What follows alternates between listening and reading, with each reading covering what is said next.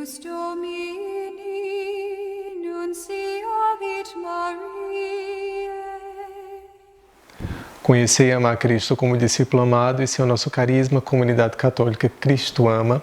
E com Santo Agostinho nós queremos amar o próximo, ou porque ele é bom, ou para que se torne bom. É muito bom estarmos mais uma vez aqui reunidos para darmos continuidade à nossa série de formação para líderes. Nós até hoje tivemos duas formações anteriores. Uma em que nós falamos sobre o exercício da liderança, do dom da autoridade e a importância de usarmos isso para mantermos a comunhão dos irmãos, que foi o nosso primeiro vídeo formativo para líderes. E o segundo em que nós usamos o tema da liderança, mas voltado para técnicas de manejo de grupo. Como você programar um ambiente motivador para as pessoas que você coordena, para o seu grupo, para o seu ministério, para a sua equipe, dentro da nossa comunidade. E hoje nós estamos aqui com a terceira formação dessa série para líderes, em que nós vamos falar sobre a correção fraterna e o manejo do desempenho. Então, o tema do nosso ensino de hoje é correção fraterna e manejo do desempenho dos nossos membros. E nós queremos começar com um trecho que está no Evangelho de São Mateus, no capítulo 18, dos versículos 15 a 20. Se teu irmão tiver pecado contra ti, vai e repreende-o entre ti e ele somente. Se te ouvir, terás ganho o teu irmão. Se não te escutar, toma contigo uma ou duas pessoas, a fim de que toda a questão se resolva pela decisão de 2 ou 3 testemunhas. Se recusa ouvi-los, dize à igreja. E se recusa ouvir também a igreja, seja ele para ti como um pagão e um publicano. Em verdade vos digo, tudo que ligardes sobre a terra será ligado no céu, e tudo que desligardes sobre a terra será também desligado no céu. Palavra da salvação. Então, nós estamos falando sobre correção fraterna. Como corrigir as pessoas que erram, como corrigir as pessoas que falham, como corrigir o desempenho. Nessa formação de hoje nós iremos falar um pouco sobre a abordagem do Evangelho a respeito de como corrigir, mas também nós iremos encerrar com algumas técnicas, passos essenciais que você precisa usar quando você precisar corrigir alguém. Então, a primeira coisa que é importante perceber é que toda convivência humana é marcada por conflitos, por contrastes, e isso acontece por conta das nossas diferenças. Porque nós somos seres diferentes, porque temos uma genética diferente, uma história de vida diferente e somos afetados pelas coisas que estão ao nosso redor de uma maneira diferente. Então nós temos assim um jeito de ser, uma personalidade, um padrão de comportamento único. E quando nós estamos convivendo em grupo, essas diferenças ficam mais evidentes e elas podem provocar conflitos. O Evangelho tem algo muito forte para nos falar sobre esse cotidiano da vida. E aí Jesus ele vai trazer o caso de alguém que cometeu um pecado, que cometeu um erro e que de alguma maneira ele nos mostra por meio desse Evangelho como abordar as pessoas que falham. Então ele começa dizendo, se o teu irmão chega a pecar, se alguém comete o pecado. E aqui ele não só se refere a uma culpa cometida contra nós. Na verdade, muitas vezes, quando nós lidamos com pessoas que falham, ou quando nós consideramos que alguém falha, que alguém comete algum erro, muitas vezes é necessário discernir algo. O que me move a corrigir aquela pessoa é o zelo pela verdade? Ou será que o que me move a querer corrigir aquela pessoa é o amor próprio ferido? É porque aquela pessoa, de alguma maneira, não correspondeu às minhas expectativas. Porque se eu estiver sendo motivado pelo zelo, pela verdade, pelo amor, sim, essa correção deve acontecer. Mas quando é porque o meu amor próprio, o meu ego foi ferido, isso precisa ser questionado. Em todo caso, se você vai corrigir alguém, mas por conta de que ele afetou o seu ego, ele mexeu com a sua autoestima ou de alguma maneira ele feriu o seu amor próprio, talvez isso seja mais uma autodefesa do que uma correção fraterna de fato. Jesus ele nos dá uma dica muito interessante quando ele diz, repreende essa pessoa a sós. Ele diz, vai e repreende entre ti e ele somente. Então Jesus ele convida a você chamar aquela pessoa que cometeu uma falha só, entre você e ele. Porque isso é necessário diante da dignidade do outro. Nós precisamos olhar para o outro com respeito e por isso nós não podemos corrigir as pessoas na frente umas das outras. Então a primeira coisa que é extremamente necessária é evitar corrigir as pessoas na frente das outras e sim chamá-las a sós, em particular para serem corrigidas. E isso por quê? Porque a primeira coisa que nós precisamos fazer quando nós queremos corrigir alguém é escutá-la. É fazer perguntas e dar a ela a possibilidade de se explicar. Muitas vezes até de se defender, de fazer explicações diante da liberdade que essa pessoa tem e dos direitos também que ela tem de se colocar. E aí é interessante que muitas vezes aquilo que para um observador externo parece um erro, para aquela pessoa que realizou aquela ação, muitas vezes na intenção dele não houve uma intenção de cometer erros. E por isso nós precisamos entendê-la. Para entendê-la nós precisamos escutá-la. Por isso chamá-la a sós. Muitas vezes perguntas bem direcionadas, escuta do outro, acaba sendo suficiente porque vai fazer com que muitos mal-entendidos sejam dissipados. E você nem precisa chegar de fato na correção, porque você entendeu de fato o que aquela pessoa quis falar ou fazer. Se você der ela primeiro o direito dela se explicar. Mas quando nós corrigimos as pessoas na frente das outras, isso acaba sendo um transtorno porque, em primeiro lugar, elas ficam constrangidas, magoadas, chateadas e muitas vezes as outras pessoas que escutam acabam também interpretando mal, o que vai gerar uma série de contratempos. Então, nunca corrigir o outro na frente das pessoas, e sim sempre a sós. De acordo com o Evangelho, o motivo da nossa correção deve ser sempre para praticarmos o que a Igreja chama de correção fraterna. O que é correção fraterna? Essa é a grande pergunta que nós precisamos fazer. Correção fraterna. Corrigir não é punir. Então nós não vamos chamar o outro para puni-lo, nós vamos chamar para corrigi-lo. E fraterno é aquilo que diz respeito a irmãos. Então, correção fraterna significa convidar o irmão a estar no caminho reto.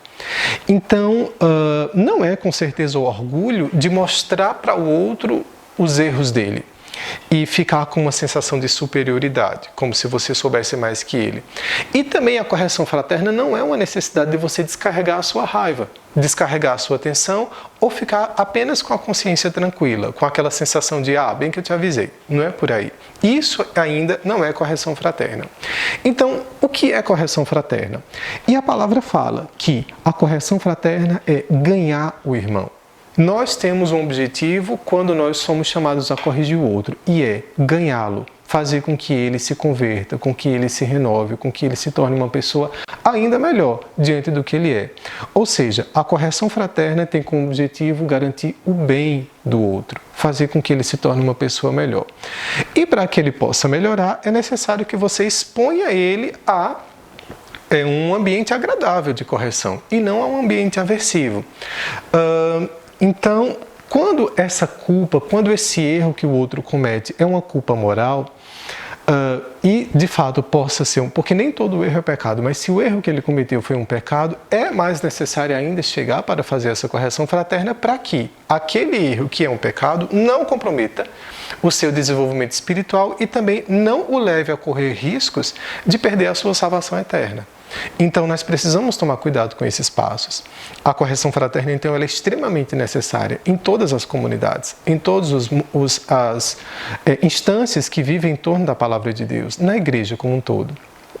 Nem sempre vai depender de você o resultado da correção fraterna, porque muitas vezes o outro pode não aceitá-la, mas vai depender de você usar os caminhos corretos. Por outro lado, se eu não posso garantir que o outro receba bem a minha correção fraterna, todas as vezes que alguém me corrigir fraternalmente, eu posso garantir que eu vou receber bem essa correção fraterna. E receber a correção fraterna é tão importante quanto praticá-la, já que todos nós também erramos. Existem duas formas de correção: a correção ativa e a correção passiva. A correção ativa é quando você aborda diretamente o outro porque você discerne que aquilo é necessário, enquanto que a correção passiva é quando você mostra com os seus comportamentos, ou por meio de uma formação geral, aquilo que muitas vezes você identifica como falha na comunidade e que precisa ser corrigido. Então, muitas vezes eu percebo que existem falhas comuns. Digamos, as pessoas elas estão se comportando na missa de uma determinada maneira que não é a maneira adequada. E aí nós somos chamados, muitas vezes, se é com um grupo de pessoas que está cometendo o mesmo erro, muitas vezes fazer uma correção passiva, em que você vai ou dar exemplo, ou preparar uma formação geral com aquele tema em que todo mundo vai escutar e vai crescer. E aí é importante perceber que todo mundo que tem o desejo de praticar a correção fraterna precisa também ter a disponibilidade para ser corrigido. Nós precisamos aprender a ser corrigidos para que nós possamos ter humildade suficiente para corrigir. E aí, quando você vê que uma pessoa recebe uma correção fraterna e escuta com humildade, com simplicidade, por exemplo, quando eu sou corrigido e eu digo sim, obrigado por isso, você tem razão, de fato eu preciso refletir mais sobre esse assunto, obrigado porque você me ajudou a crescer. Quando você percebe esse tipo de comportamento, aí sim, você percebe uma pessoa autêntica, de valor cristão e que de fato está no caminho da santidade. Então, o ensinamento da correção fraterna que Jesus, o próprio Cristo, nos ensina, ele é de também ter cuidado para não cometer julgamento. Tem um trecho que está em Lucas, no Evangelho de São Lucas, capítulo 6, do versículo 41 a 42, que fala assim: como é que você olha o cisco que está no olho do teu irmão e não repara a trave que está no teu próprio olho? Como é que você pode dizer ao seu irmão, deixa que tire o cisco que há no teu olho, não vendo tu a trave que há no teu? Então, o Evangelho de São Lucas nos convida a perceber que muitas vezes, antes da gente identificar o erro no outro, ou querer ser ávido, rápido em corrigir o erro do outro, nós precisamos corrigir o erro que está em nós mesmos. E se preocupar muitas vezes mais, nos preocuparmos mais com a trave que está no nosso olho do que com o cisco que está no olho do nosso irmão. Muitas vezes, a necessidade de corrigir as pessoas ou de apontar os erros dos outros, sem considerar que nós também erramos, revela muito mais uma necessidade de autoafirmação, uma fragilidade na nossa autoestima, um medo, uma revolta guardada, um ciúme, uma mágoa, e nós precisamos tomar cuidado com isso. Então, primeiro é necessário se preocupar com a trave que está no nosso olho, para depois a gente se preocupar com o cisco que está no olho do nosso irmão. E aí, nós precisamos de fato tomar cuidado com tudo isso. Em alguns casos, não é fácil você discernir se é melhor corrigir ou deixar passar. Eu falo ou não falo? Eu abordo ou eu não abordo? E aí nós precisamos recorrer ao Espírito Santo nas nossas orações para que ele nos dê a capacidade de entender se de fato aquele ato que o irmão fez merece uma correção fraterna. Mas, em todo caso, é necessário praticar o que São Paulo nos orienta lá em Romanos, capítulo 13, do versículo 8 a 10. Ele diz que com ninguém tenhais outra dívida do que a do amor mútuo. A caridade não faz mal ao próximo. O excesso de amor e de caridade não faz mal. E São Paulo nos convida a amar, e se possível, amar em excesso, porque amor em excesso não faz mal. Então, nós somos chamados de fato a entender que a correção fraterna é um caminho de ganhar o irmão. Esse caminho não pode ser atravessado pelo orgulho, pela soberba, pela necessidade de superioridade, mas pelo zelo que nós temos com o outro. É necessário pedir ao Espírito Santo discernimento para entendermos o momento certo de abordá-lo e de corrigi-lo, e isso, ao acontecer, vai sim fazê-lo se tornar uma pessoa melhor. Para encerrar, nós precisamos apenas entender os passos que nós precisamos dar quando nós queremos corrigir um irmão. E isso vale para qualquer relacionamento humano. Pode ser para o seu próximo, para o seu esposo, para a sua esposa, para o seu filho, seus funcionários, seus colegas, para qualquer pessoa que você sinta que precise abordar e corrigir. Então nós temos um tripé. Ou melhor, um degradê, 3 degraus importantes quando você quer corrigir o desempenho inadequado de alguém. Então nós temos o primeiro degrau, que é falar da ação, do comportamento dele, que você não gostou. Então, primeiro degrau, ação. Segundo, sentimento, dizer como você se sentiu diante daquela ação que ele fez. E terceiro, expectativa, dizer o que é que você esperava do comportamento dele e o que é que você espera da próxima vez. Então, quais são os 3 passos? Ação, sentimento e expectativa. Então, digamos que alguém chegou atrasado. Eu não posso chegar para essa pessoa usando adjetivos. Por exemplo, você é irresponsável, você é um atrasado, você é uma pessoa que não tem compromisso. Eu devo falar da ação que ele fez, que é inquestionável. Descrever exatamente o que ele fez. O que foi que ele fez? Você deveria chegar às 8 horas, mas chegou às 8h20. Então, isso foi o que ele fez. Sem usar rótulos, sem usar adjetivos, usar apenas verbos. Você chegou às 8h20.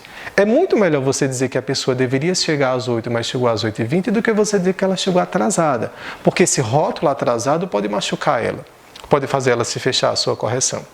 Então, a primeira coisa é você falar o que a pessoa fez, apenas o que ela fez, sem julgá-la.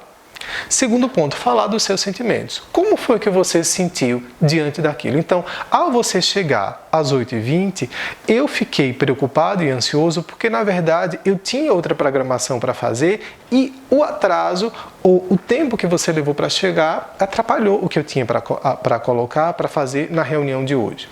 E, por fim, você dizer a expectativa. Eu espero que da próxima vez ou você não atrase ou você avise com certa antecedência para que eu possa refazer a minha programação diante de possíveis atrasos. Mas vamos dizer, no outro exemplo, que a pessoa pegou um livro seu e não lhe devolveu emprestado. Então você não pode chegar para a pessoa e dizer que ela é irresponsável. Você vai falar da ação. Olha, você pegou meu livro, disse que ia devolver no dia 10 e me devolveu no dia 20. Ou então até hoje não devolveu. É um fato, ela não tem como questionar, é uma ação. Segundo, diga como você se sentiu. Eu me senti triste, eu não gostei, não foi legal, porque eu queria ter acesso a esse livro para ter feito alguns trabalhos. E terceiro, a expectativa. Eu espero que da próxima vez você possa me avisar ou pedir um tempo maior para que eu possa refazer a minha programação diante da necessidade que eu tenho daquele livro. Então, o caminho vai ser sempre esse. Se você for corrigir o seu irmão, primeiro, fale o que ele fez, sem usar rótulos, adjetivos, sem julgá-lo. Segundo ponto, fale do sentimento, de como você se sentiu diante do que ele fez. E terceiro ponto, diga qual é a sua expectativa, porque ao dizer a expectativa, você vai estar dando para ele um mapa, um caminho que ele deve seguir para se comportar da próxima vez e, quem sabe, corresponder ao que você espera. E aí nós temos então esse degrau, esse degradê desses 3 passos que podem ajudar. Se você sempre usar esse caminho, acredite, você não vai ofender ninguém. Porém, é necessário você também ter mais 3 regras importantes na hora que você for falar. Como que deve ser a sua fala? Primeiro, ela tem que ser breve, clara e objetiva. O que é uma fala breve? É você ir direto ao ponto. Você não ficar circulando e rodeando para chegar direto naquilo que você quer falar. Então, ir direto ao ponto. Segundo, claro, você tem que falar com clareza. E para falar com clareza, a principal coisa que você precisa evitar são ironias. Não usar piadinhas, ironias e muito menos fazer comparação daquela pessoa com outra. Então, ao extremo, evitar ironias, piadas ou comparações. E 3 é o objetivo. O seu relato precisa ser objetivo, então você precisa focar naquele problema específico. Se a pessoa, por exemplo, cometeu outros erros ou falhou em outros aspectos, tenta não misturar. E aí você aborda um problema de cada vez. Se essa pessoa tiver outras falhas que você deseja corrigir, deixe para corrigir em outro momento, mas use aquele momento para corrigir um problema específico de cada vez e aí sim, juntando toda essa orientação que o Evangelho nos deu com essas técnicas, nós com certeza chegaremos mais perto do que nos propõe a Palavra de Deus, de exercermos a correção fraterna e de ganharmos o nosso irmão. Então, o exercício que nós queremos deixar para vocês é o seguinte: faça uma lista de erros que algumas pessoas cometeram para vocês, reflitam sobre a correção fraterna e pense quais erros eu devo abordar e quais eu não devo abordar. E aí, aqueles que você entender que você precisa abordar, use os 3 passos: ação, sentimento e expectativa, e que os seus relatos sejam breves, ou seja, vá direto ao ponto, claros, evite ironias, piadinhas e comparações. E terceiro, objetivo. Foque naquele problema específico. Que Deus possa nos abençoar e que nós, junto com toda a nossa comunidade, possamos crescer nesse processo. Líderes da comunidade Cristo Ama, que vocês possam abrir os seus corações para que o Mestre maior, que é Jesus, possa nos ensinar o caminho de sermos bons pastores. Deus abençoe. Em nome do Pai, do Filho e do Espírito Santo. Amém.